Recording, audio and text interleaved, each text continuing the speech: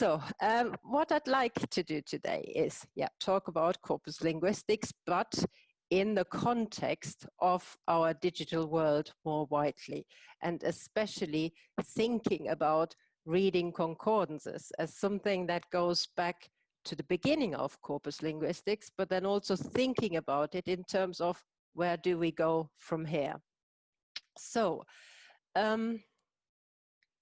Just one thing I always say at the beginning is corpus linguistics is teamwork. So a lot of the ideas and things that I'm showing in this talk are work that I'm doing together with other people. So that's something I find really important to mention.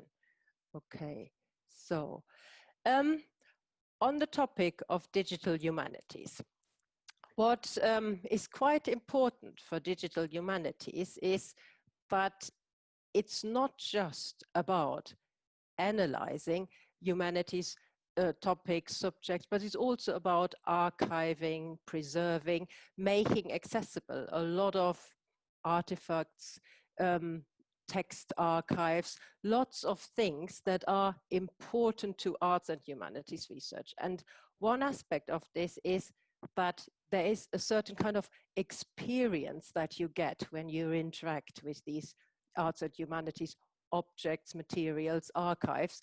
And a question is always, what does the digital do to this to change the experience, to make it different, or to add some new layers to it? So I just wanted to show you a couple of things that I've come across that I find so fascinating in this digital humanities space. So I don't know whether anyone has seen this.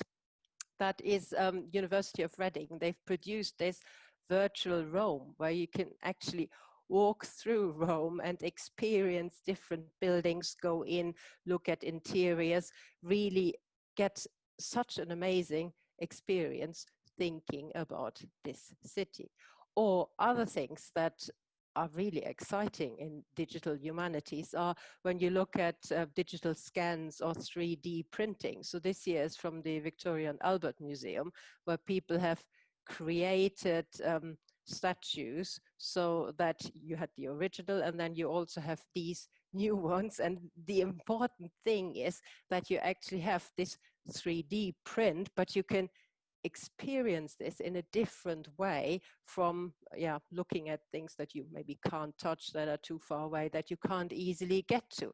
And I think there's an amazing aspect to this. Something I like very much, so I will always mention this, is Dickens Journals Online. That's another fantastic digital humanities resource, because what you can do there is not just read Dickens journals as text versions, and they're now also read out, but you can actually turn the pages and see what it looked like when they were published. So let me just go to the next one. And that is what I wanted to mention because of the whole COVID situation, because now that arts and humanities institutions are in a very difficult situation because people can't come and visit as they've always visited, there are various pages where exhibitions and things are curated now in digital ways. And one thing I found here is that you can also look at Banksy murals with Google Street View. So there are lots of ways in which digital can help to use arts and humanities in a different way. And what I'd like to think about is, how does this relate to corpus linguistics? What has all this to do with corpus linguistics? In some sense, corpus linguistics is kind of digital humanities, isn't it? There's a lot of overlap if you look at what people do that study textual data in the area of digital humanities and what we do when we study corpora from a corpus and discourse approach. So whether we look at medical discourse, political discourse, or whether we look at literary text and a large corpus of literature and then look at the topics, the themes that are discussed in there, so that you can get a sense of literary and cultural history. So if you haven't read the book by Ted Underwood, Distant Horizons, that's one you absolutely must read in that context. And even though it is not always made explicit, actually there are a lot of links between this kind of approach in digital humanities and corpus linguistics. However, I would say one thing, that very often in the wider digital humanities, it seems there's a greater focus on data visualization. So you get a lot more graphs, maps, all sorts of interactive tools, really. So that is something to maybe think about. Now, let me I just need to check something because it doesn't look quite right here. Sorry about this. Okay.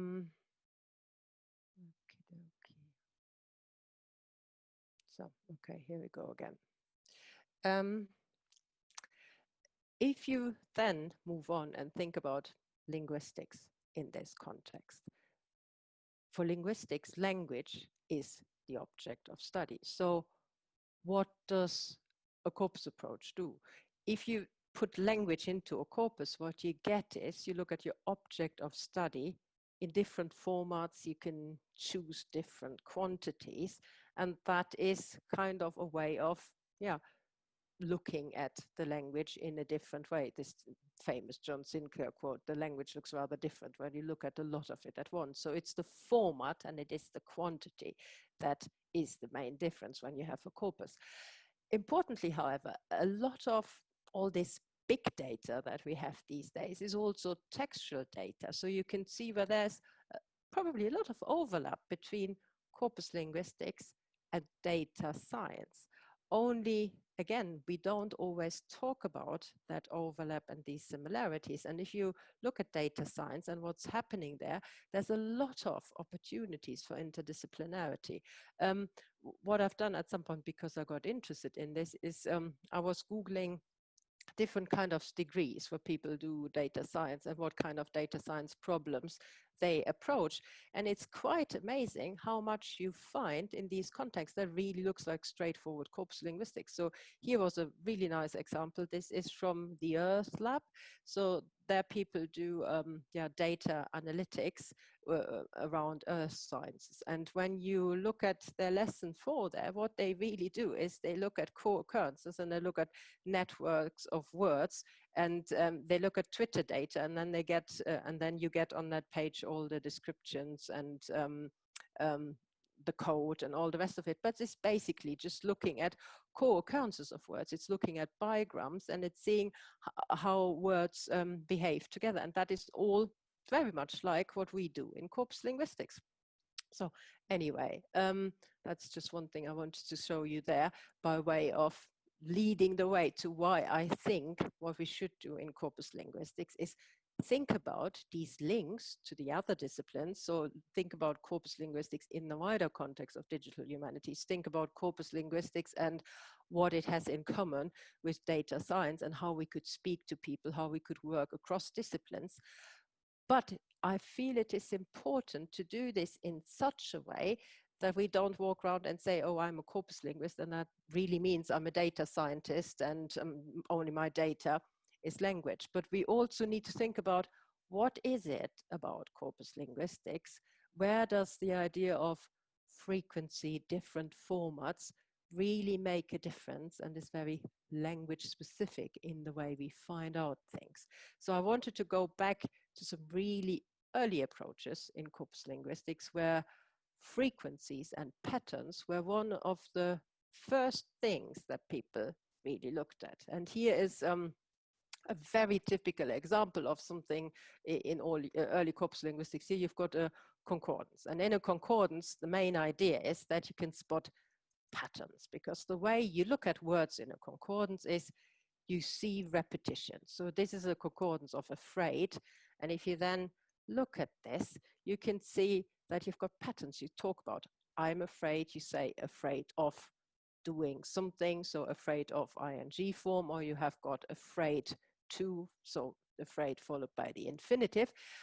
And this kind of language analysis was vitally important in lexicography, because this way of looking at language really revolutionized how people wrote dictionaries. So here, this is from the 𝗬𝗏𝗊 dictionary, where you can then see that here, this example sentence, afraid to, from the pattern in the concordance. You get that example sentence in your dictionary.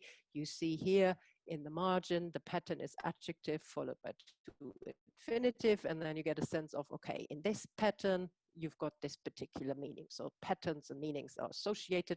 And also in a dictionary, you get an indication of how frequent the word is. So afraid is one of the words that, you know, when it's got 3 diamonds, that's already quite a frequent word. And this whole idea of these comments in the margin, that's very much Hans and Franz's pattern grammar. So this adjective to infinitive being associated with a particular meaning. So this was central to the early days of corpus linguistics. It really has changed lexicography, and that change is still present and felt. But then what else happened with the idea of a concordance? Another thing that is really important is John Sinclair's idea of the lexical item, which is fundamentally based on the analysis of concordance lines. So John Sinclair argued that basically lexical items consist of a core, so that is something that is fixed, that is always there. The other element that is always there is the semantic prosody, and then you have different types of patterns around that core that can be present to various degrees. So one of his typical examples, and I'm using exactly his example for a particular reason, and that is an example that has been quoted a lot, and this is also the data that Sinclair used in his publication, is the naked eye. So he argues that there's a core naked eye to words that tend to occur together, and these two words occur together again with the definite article. So that is a fixed element. What you then have when you go further to the left is you find prepositions. So you've got with or to, which are repeated quite frequently. If you move even further to the left, words that you see are words like visible that are repeated, invisible, seen. So words to do with visibility.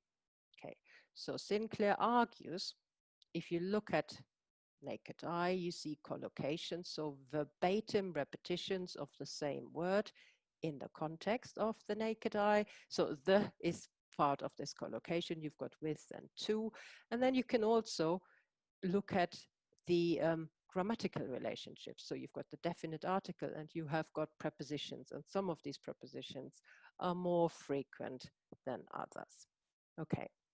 If you then move further out, so the position of N3, you see these words to do with visibility, and most frequently you've got see, seen, visible, invisible, but there are also others like detect, viewed, recognized, things like this. And words that belong to the same semantic area, Sinclair calls the semantic preference of this particular lexical item. So he argues that there is this lexical item around the naked eye with a preposition and this meaning of visibility. Then if you move to the semantic prosody, what you get is a picture that is a bit more complicated. So you've got words that aren't repeated as often anymore, but their meaning is kind of similar. So you've got small, faint, weak, difficult. So you've got examples like too faint to be seen with the naked eye, or it is not really visible to the naked eye. And that is some kind of evaluative or attitudinal meaning. So it's not just about the visibility, but it's about the difficulty of the visibility.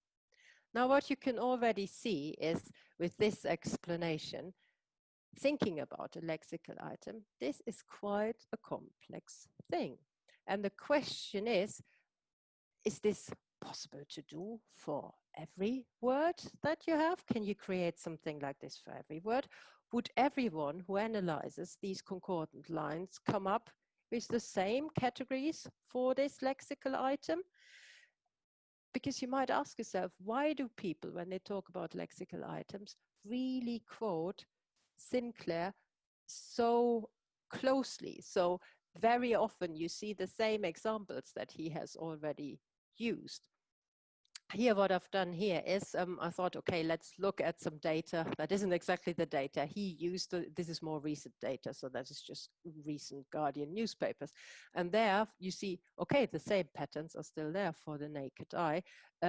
Only a difference is to do with cultural meanings that you get. So things that are difficult to see with the naked eye or often invisible is things like pollution, or people talk about climate, or people talk about VR technology, and you also get deep fakes that are coming in there. So you can see this is a bit of an updated version, but the patterns are still there.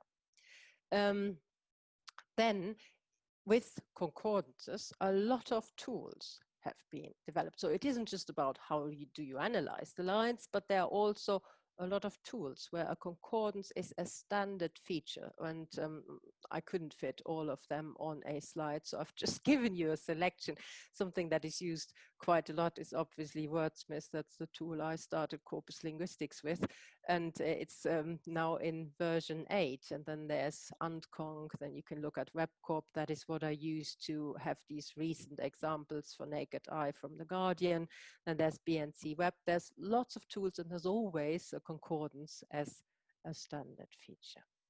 Okay, then what I just explained about the lexical item. John Sinclair had this book, Reading Concordances. And in that book, he explains a lot of patterns and a lot of examples of reading concordance. But it always struck me that I don't think this book got cited as much as other work in corpus linguistics. And I don't think people have taken up the systematicity of analyzing concordances in this way. Very often when people talk about concordance reading, the argument is that it's at the qualitative end of corpus linguistics. Concordances are referred to as, yes, there are some subjective impressions, because it's really the making sense of the lines is to some extent still subjective, because otherwise you would do it automatically and then you wouldn't need a concordance. And you can see this especially in these debates around semantic prosodies that were going on, I think it's 10 years ago now, where people really got quite into heated discussions about this. One thing that happened is that there was kind of a move away from the concordance line as such, because of more automatic extraction of patterns, so different ways of extracting collocations. People looked at n-grams, people focused on very specific patterns and structures and relationships, frequency comparisons, and statistics has become a lot more prevalent in corpus linguistics with very sophisticated means. It seems that now concordances don't or are not used as much for exploration as we might be able to use them if we thought about it a bit more.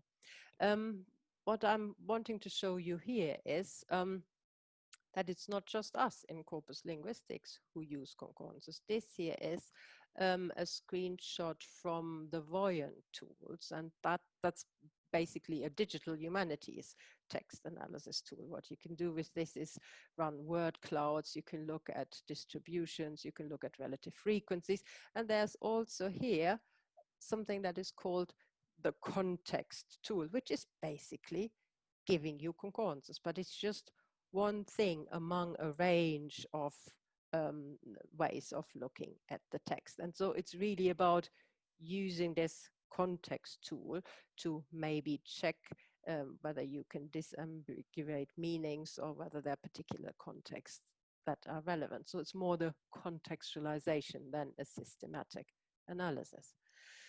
Now, what I'd now like to think about a bit is this idea of reading concordances.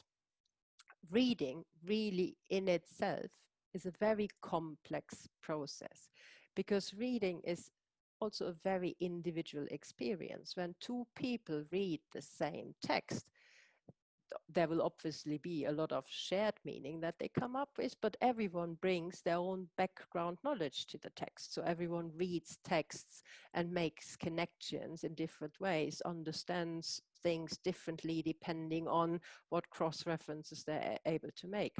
Also, reading is an activity that can have quite different purposes. So you can read for pleasure. I'm already looking forward to my novel tonight, and you can read to acquire knowledge, and you can analyze a text.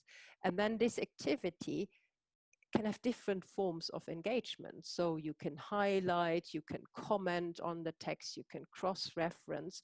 So there is really quite a lot that is going on. You can also discuss the text, talk about it.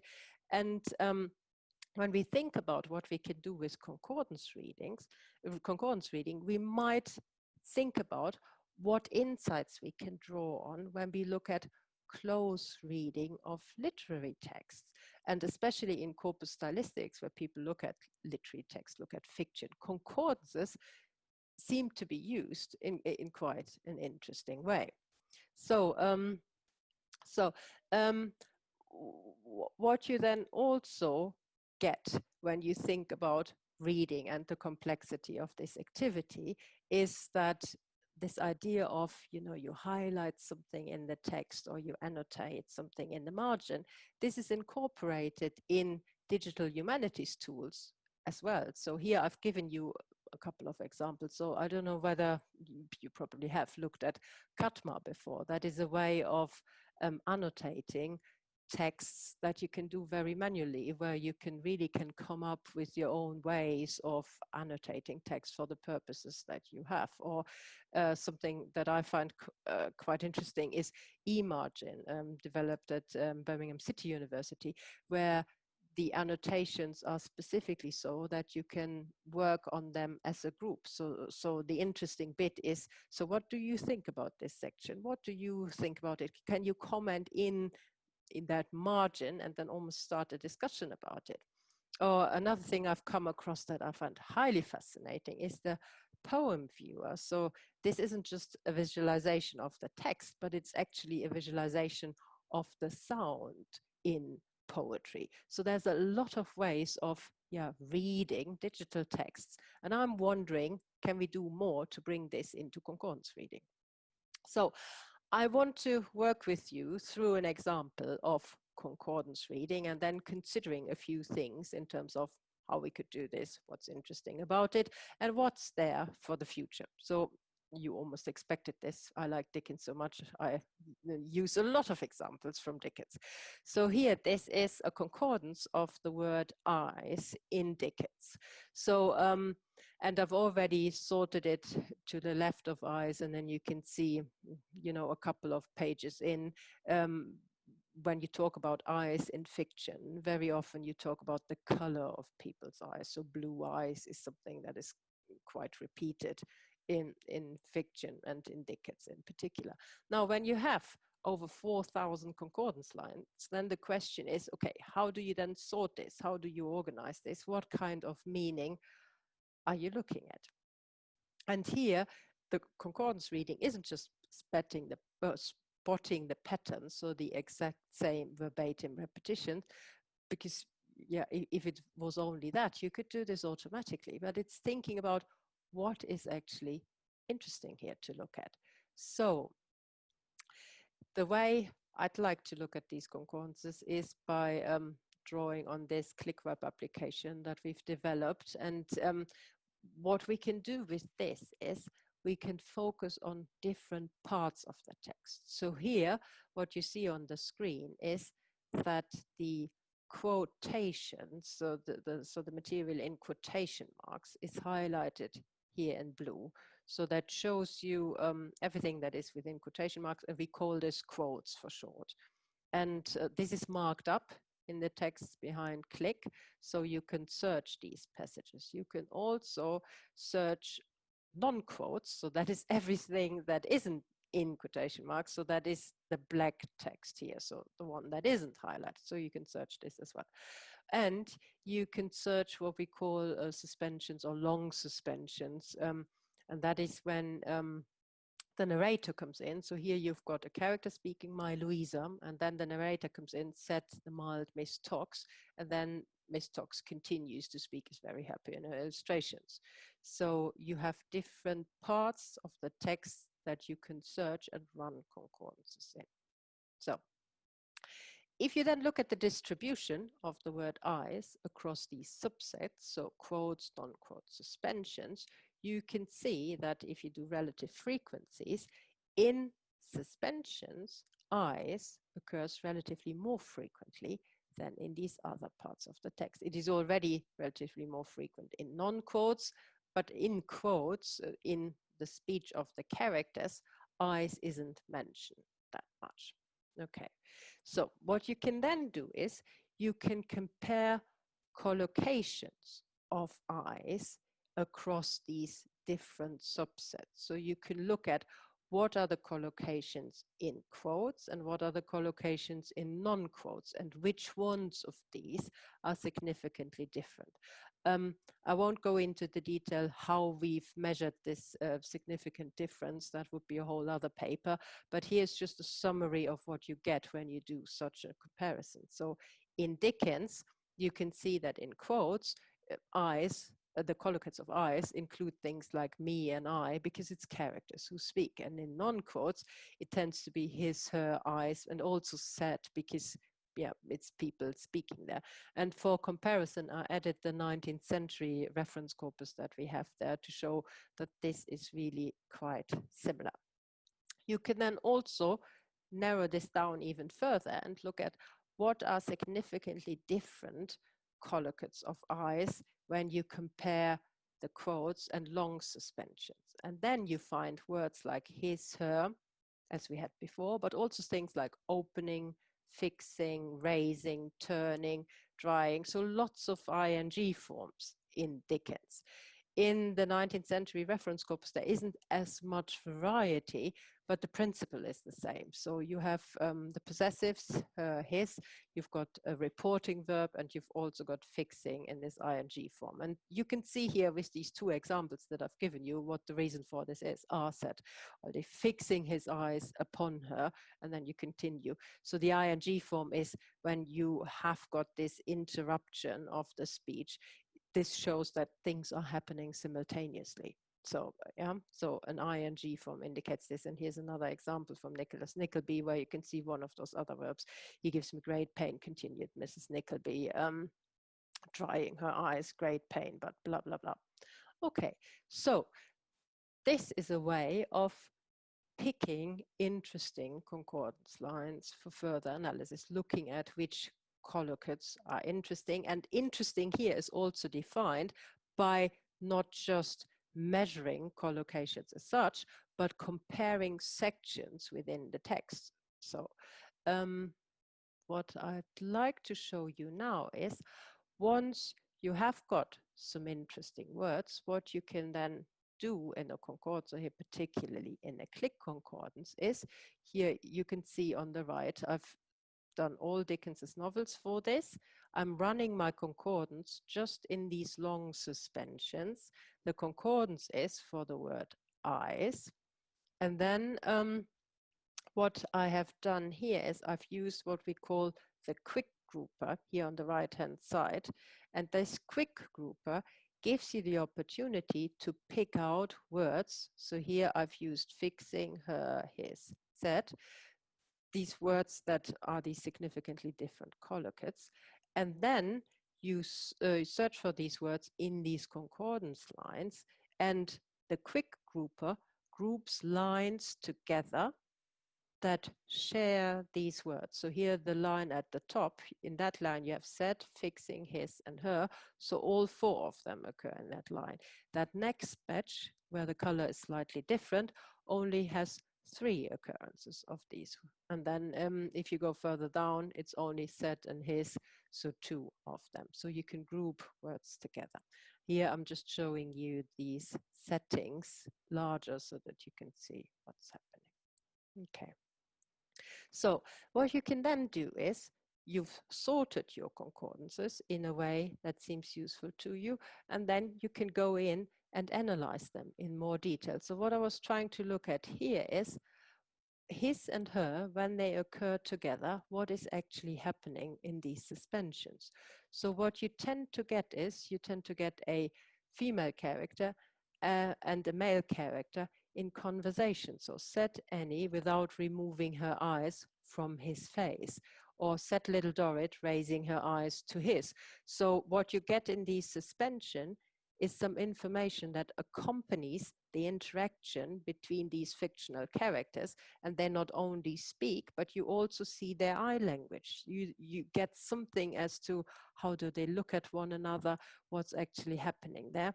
And then you can see is this description where you have a female character looking at a male character, or have you got a male character looking at a female character? And what I've done here is in Click, you can also add your own annotation. So I've added categories here where it is a male character is looking at a female character, then there's a tick. If it's the other way around, female character is looking at a male character, there's a tick. Again, this is reading concordances because you can't do this fully automatically, because there are also cases like the one highlighted in yellow here. Said Mrs. Nickleby, fixing her eyes modestly on the ground. You've got 3 occurrences, but it is said, fixing, and her, so there is no his.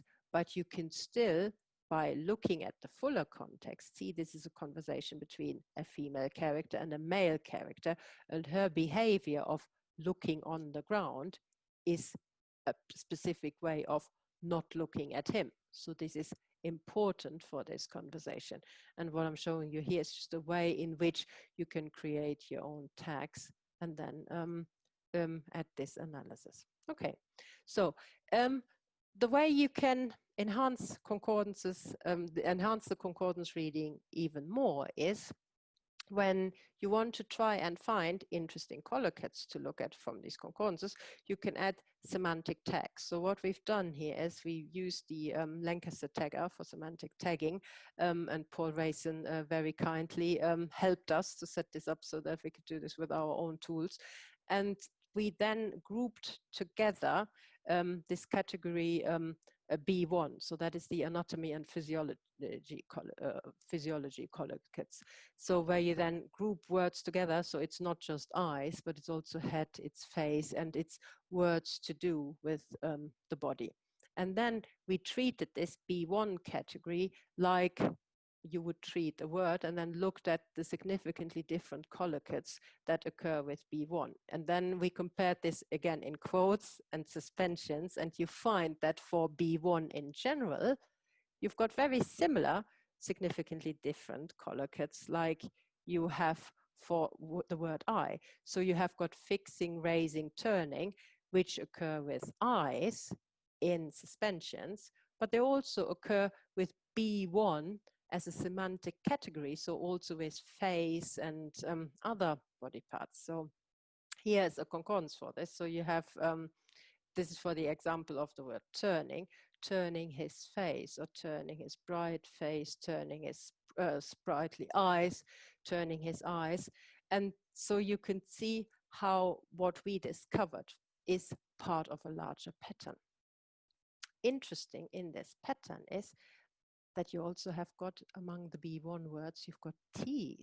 And that's quite weird, because you can see how someone turns their face and eyes and head, but turning his white teeth on someone is a bit unusual. And I just needed to give you this because this is completely Dickens again. So here you've got, may I be allowed, madam, so says this person here, turning his white teeth on the other character. So when the Carker turns his teeth on someone, this is really rather unpleasant, because you've got previously a description of him. So he is someone with 2 unbroken rows of glistening teeth whose regularity and whiteness were quite distressing. So turning his teeth on someone has a very particular meaning, but it's interesting to pick that out from the other patterns. So what I wanted to say to conclude this is that I think for concordance reading, we can go back to where concordance reading started and look at what can we do to make this now more interesting. What else is there to do? So without jumping immediately too far out of the concordance, but connecting lots of things back into the concordance. So not just running collocates and then occasionally using a concordance to contextualize them, but trying to find more detailed relationships. So why are these collocates significant? How is this to do with the places in the text that they occur? This isn't only relevant to literary text, so we can look at literary text, but we can also look at newspaper articles. I mean, we've done some work where we looked at beginnings and ends, or where you look at opening sentences, and there's something about the place in the text that is relevant. You can then think about how you can group concordances in such a way that you can integrate your subjective judgment to some extent to connect with this analysis. You can then think about adding notes. What kind of groups can you establish based on your analysis?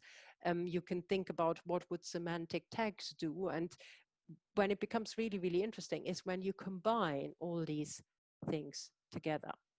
So my conclusions for today are really that I think concordance reading is a much more complex activity, and this complexity deserves attention. So instead of saying a concordance analysis is subjective and maybe two people might not come up with the same results, a concordance analysis is to some extent subjective, but it's also systematic, and connecting the subjectivity with the systematicity is the challenge and what's interesting for us.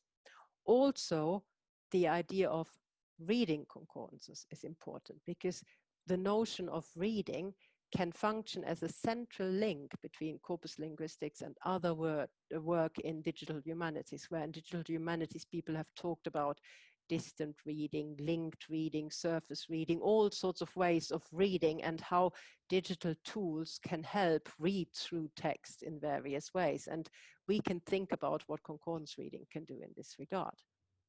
When we look at data, we can think about texts as data, but what's still crucial is that meaning is found in text. So we need to go back to these texts and also take into account those textual features. What I'd really like to argue for is that when we look at digital humanities and corpus linguistics in digital humanities, we focus more on the humanities aspect on it, of it. So focus also on qualitative analysis in corpus linguistics. What does that mean? What does it bring in about arts and humanities that is specific to our discipline? So I think that when we look at concordance reading to explore texts, we can also think about finding new research questions. And I think I want to leave it here. Here are just some examples of ideas that people have come up with and put on our blog. In case you have any, please do get in touch and we can put them there. And I think that's where I want to leave it now.